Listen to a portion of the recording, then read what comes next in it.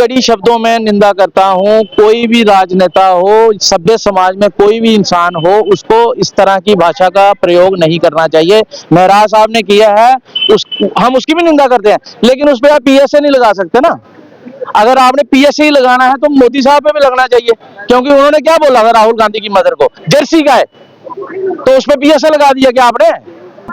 जनता के लिए काम करते थे, इसलिए जनता लाखों की संख्या में अपने रोड पे निकली है ना एमएलए के लिए।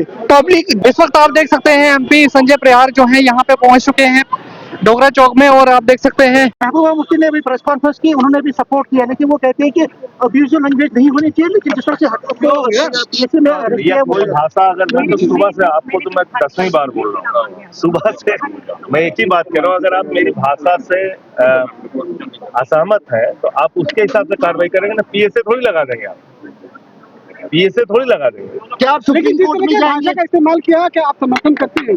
मैं कह रहा हूँ, आप इस देश के करोड़ों लोगों को डेली अधिकारियों के द्वारा, पुलिस वालों के द्वारा गाली दिया जाता है, लाठियों से पीटा जाता है। मैं एक सांसद हूँ, आपको मैं अपनी तस्वीर दिखाऊं? 20 पुलिस वालों ने घसीट के और मुझे गिरफ्तार किया था। मैं तो नहीं गया किसी के खिलाफ FIR कराने, मैं तो किसी के खिलाफ FIR कराने नहीं गया।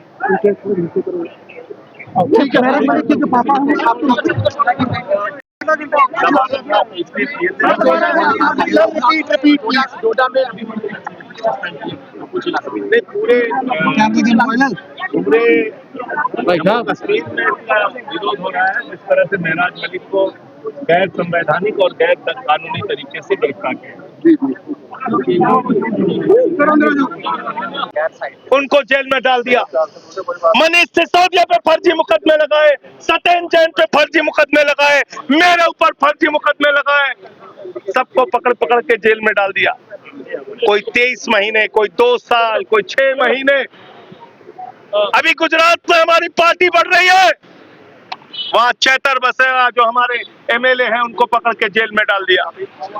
जम्मू कश्मीर में हमारी पार्टी बढ़ रही है, हमारे एकमात्र MLA चुन के आए जो हमारे प्रदेश अध्यक्ष है महराज मलिक, उनको पकड़ के जेल में डाल दिया। मोदी जी, अगर आपको लगता है कि जेल, मुकदमे और लाठी डंडे से आम आदमी पार्टी डर जाएगी, तो हम वो लोग नहीं हैं। तुमसे लड़ने का काम करेंगे, चाहे लाठी खानी पड़े, चाहे जेल जाना पड़े, चाहे मुकदमे लिखाना पड़े, लेकिन हक के लिए लड़ाई जारी रहेगी। आम आदमी पार्टी आज वक्त है, पूरा जम्मू कश्मीर का बुद्धिजीवी वर्ग, हर समझदार शहरी, आज उसको लगता है कि एक चुने हुए जनप्रतिनिधि के साथ अत्याचार हुआ है। तो आप लोग इस आंदोलन में आइए, शामिल होइए। बात उठाई गई भाषा के सवाल पर। कौन सी पार्टी भाषा का सवाल उठा रही है? जिस पार्टी के अगुआ देश के प्रधानमंत्री महिलाओं का रेट लगाने का काम करते हैं, कहते हैं 50 करोड़ की गर्लफ्रेंड, वो पार्टी हमारे ऊपर भाषा का सवाल उठा रही है। जिस पार्टी के नेता नरेंद्र मोदी कहते हैं मुजरा जैसे शब्दों का इस्तेमाल करते हैं, वो पार्टी हमारे ऊपर भाषा का सवाल उठा रही है। जो पार्टी गुंडागर्दी की एक नहीं अनेक भाषाएं, उनके उदाहरण आपको मिल जाएंगे। यहाँ के कई नेता हैं, वो तो कहते हैं गोली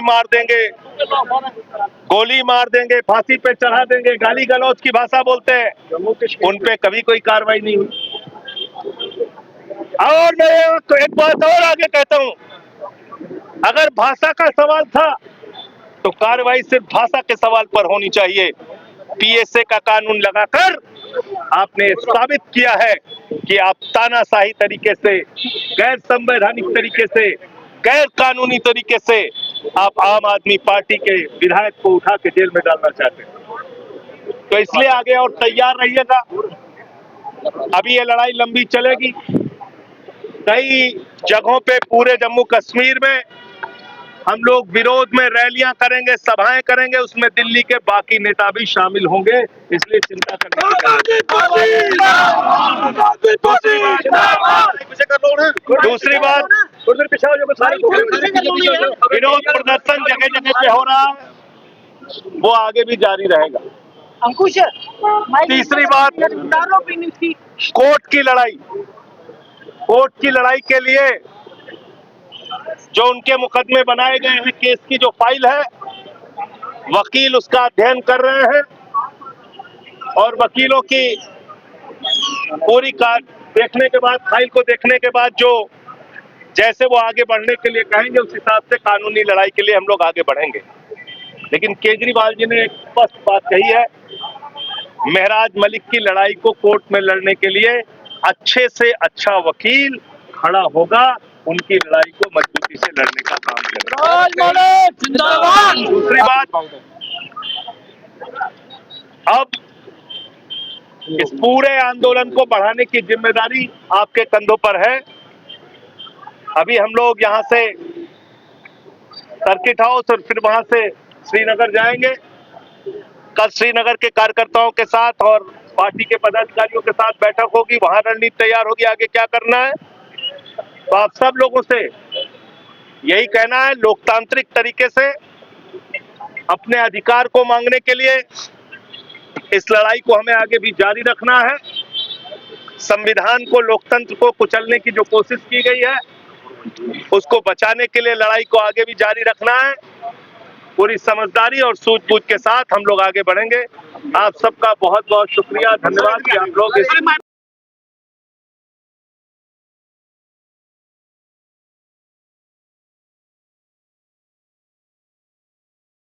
देख सकते हैं लगातार जो है आम आदमी पार्टी के वर्कर जो है महराज मलिक जिंदाबाद के नारे लगाए जा रहे हैं।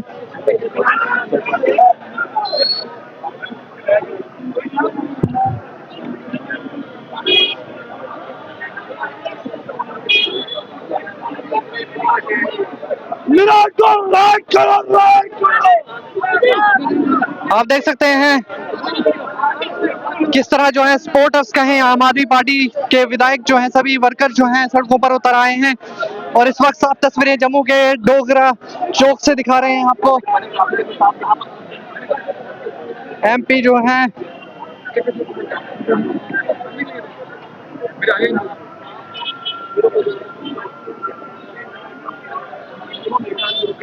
देख सकते हैं आप, यहाँ पे पुलिस भी जो है बहुत ज्यादा यहाँ पे तैनात कर दी गई है। आपको लगातार विजुअल्स दिखाने की कोशिश कर रहे हैं यहाँ से।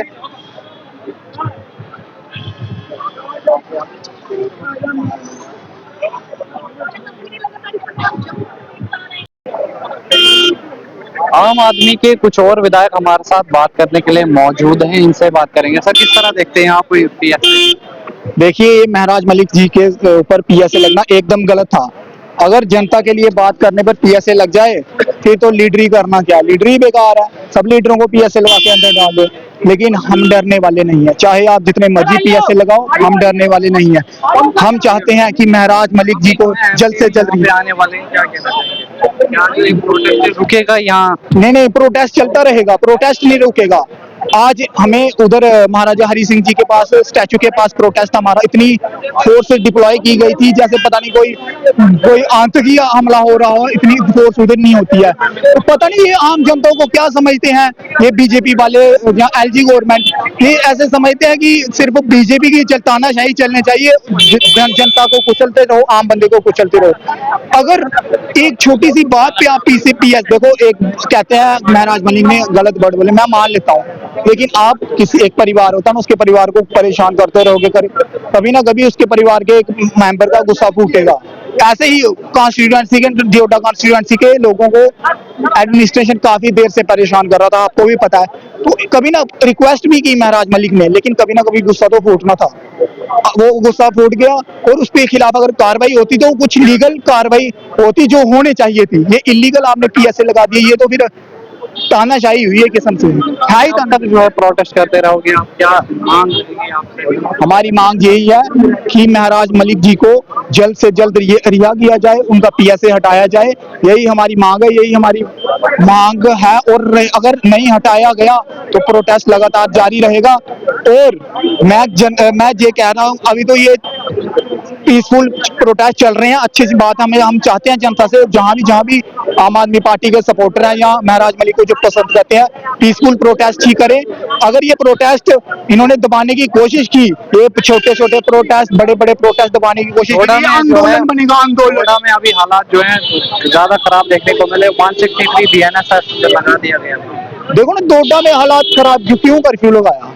अगर जनता के लिए काम करते थे, इसलिए जनता लाखों की संख्या में अपने रोड पे निकली है ना एमएलए के लिए। पब्लिक रोड पे निकल रही है, आप उनको पीएसए लगा रहे हो कि वो एमएलए पब्लिक के खिलाफ है। ये कहाँ की बात हुई? ये तो कोई लॉजिक नहीं है इस बात का। इसलिए हमारी डिमांड है कि उनका कोई पीएसए जल्दी से जल्दी हटाया जाए।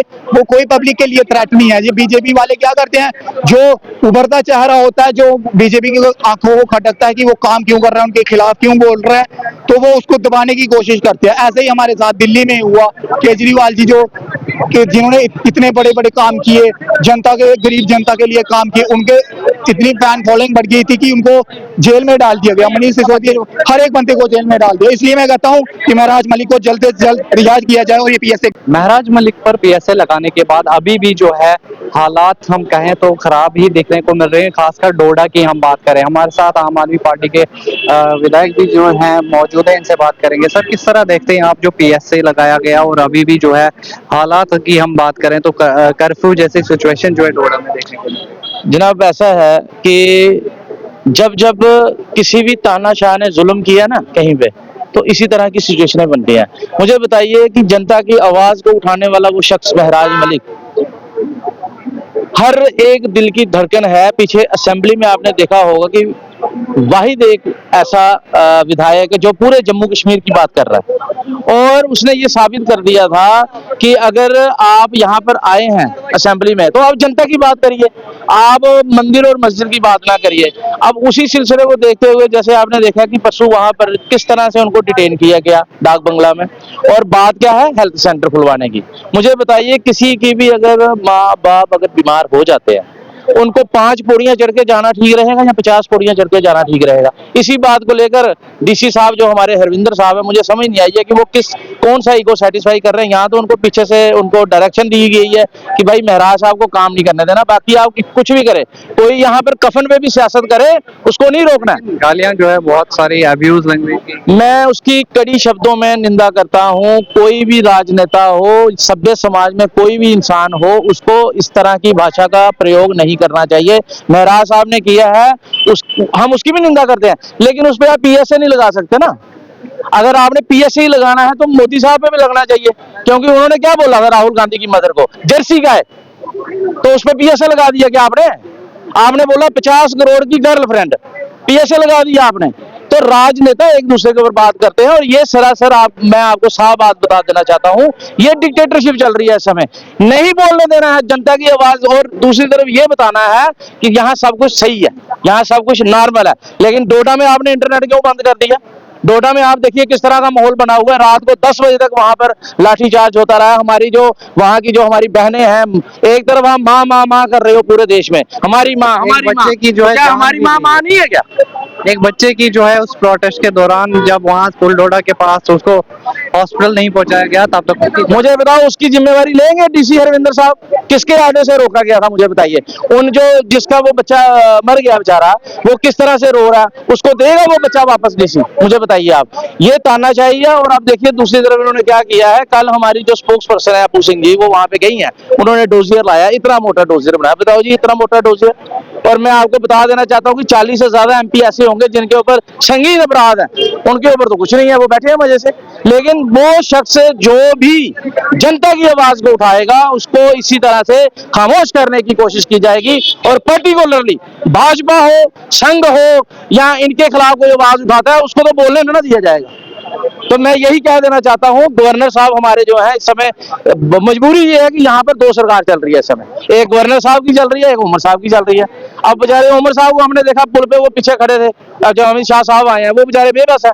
लेकिन हम फिर भी कहते हैं कि जनाब आप ही निकले, अगर इस तरह से महराज साहब के साथ अगर हुआ, कल को आपके साथ भी होना है, और हुआ, पीछे हुआ ना उनके साथ भी। और ये पीएसए जो है ये सख्त कानून है, इसकी जरूरत नहीं थी। आपको अगर उसने गलती की है महराज साहब ने तो उस पर आप लगाइए ना एफआईआर, गाली पे लगाइए एफआईआर, कौन मना कर रहा है? पीएसए नहीं लगा सकते थे आप। हम इसकी कड़े शब्दों में निंदा करते हैं और जब तक हम में दम है, जितना भी है, थोड़ा है ज्यादा है, हम यहाँ पे डटे हुए हैं और हम कोशिश करेंगे कि महराज साहब को आजाद किया जाए। हाँ, मैं गवर्नर साहब की बात कर रहा था, उनको अपना बड़ा दिल दिखाते हुए इस पे संज्ञान लेते हुए इसको थोड़ा सा उनको सोचना चाहिए कि अगर ये समय का चक्कर है ना, आज जो समय के चक्कर में ऊपर है, कल वो समय के चक्कर में नीचे आ जाएंगे। तो इस तरह का जो वो अगर ये मैसेज दे रहे हैं देश में कि जिसकी भी सरकार होगी वो किसी पे भी पीएसए लगा सकता है, तो ये गलत है।